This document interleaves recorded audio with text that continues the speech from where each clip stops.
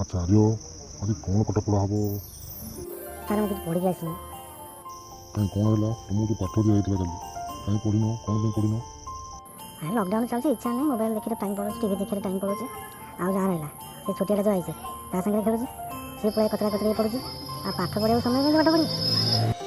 ବେଶୀ ବଦମାସି କଥାବାର୍ତ୍ତା କ'ଣ? କ'ଣ ପାଠ ପଢ଼ିକି ଆସିଛୁ? ଏখানে ବିଚିତ୍ର ମାଷ୍ଟର କିଏ ତମେ?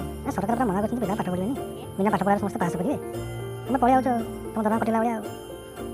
ଆଚ୍ଛା ଆଉ ଗୋଟେ କଥା କହିଲ, ଲକଡାଉନରେ ସରକାର କ'ଣ କ'ଣ ସବୁ କରିବାକୁ କହିଛନ୍ତି ଆଉ କ'ଣ କ'ଣ ନ କରିବାକୁ କହିଛନ୍ତି କହିଲି ଦେଖିଆ।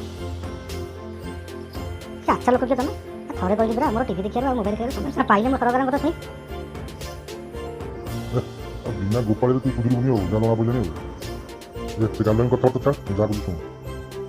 ସରକାରଙ୍କ ନିୟମ ହେଲା ବିନା ମାସ୍କରେ କେବେ ପଦାକୁ ବାହାରିବନି, ସବୁବେଳେ ସାବୁନରେ ହାତ ଧୋଉଥିବ, ବାହାରକୁ ଗଲେ ମାସ୍କ ପିନ୍ଧୁଥିବ ଏବଂ ସାନିଟାଇଜର କରୁଥିବ, ସୋସିଆଲ ଡିଷ୍ଟାନ୍ସ ମାନେ ସାମାଜିକ ଦୂରତା ବଜାୟ ରଖିବ, ଗହଳି ଜାଗାକୁ ଯିବନି ଏବଂ କାହା ସାଥିରେ ବେଶୀ ମିଳାମିଶା କରିବନି, ସବୁବେଳେ ଘରେ ରହିବ ଏବଂ ବଡ଼ ଲୋକଙ୍କ କଥା ମାନିକି ଚଳୁଥିବ।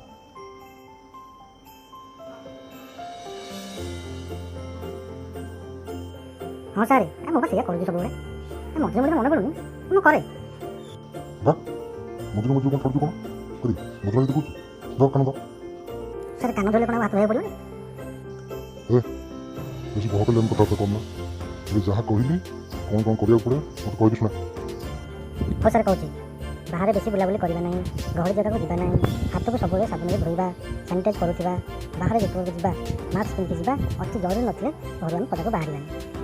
ସାର୍ ମୁଁ ଜାଣିଛି ସବୁ କଥା, ମୁଁ ଜାଣିଶୁଣି ଆପଣଙ୍କୁ କହିଲିନି ଆଉ। ଖାଲି ସେତିକି ନୁହଁ, ଆହୁରି କେତେ କଥା ଅଛି କହୁଛୁ ଶୁଣ। ଘରେ ଯଦି ବୟସ୍କ ଲୋକମାନେ ଅଛନ୍ତି, ଯେମିତିକି ଜେଜେମା ଜେଜେବାପା, ସେମାନଙ୍କର ସଠିକ୍ ଭାବରେ ଯତ୍ନ ନେବା, ଆଉ ସବୁବେଳେ ବଡ଼ମାନଙ୍କ କଥା ମାନି ଚଳିବା। ବଡ଼ମାନେ କ'ଣ କହୁଛନ୍ତି ସେମାନଙ୍କ କଥା ଶୁଣିବା, ସେମାନେ ଯାହା କହୁଛନ୍ତି ତାଙ୍କ କଥାକୁ ଅବମାନନା କରିବାନି, ଠିକ୍ ସମୟରେ ପାଠ ପଢ଼ିବା, ଠିକ୍ ସମୟରେ ଖେଳିବା, ଯେଉଁ ସମୟରେ ଯେଉଁ କାମ ସେଇ କାମ କଲେ ଆମେ ସବୁବେଳେ ଖୁସିରେ ରହିବା। ବୁଝିଲୁ? ହଁ ସାର୍ ବୁଝିଗଲି।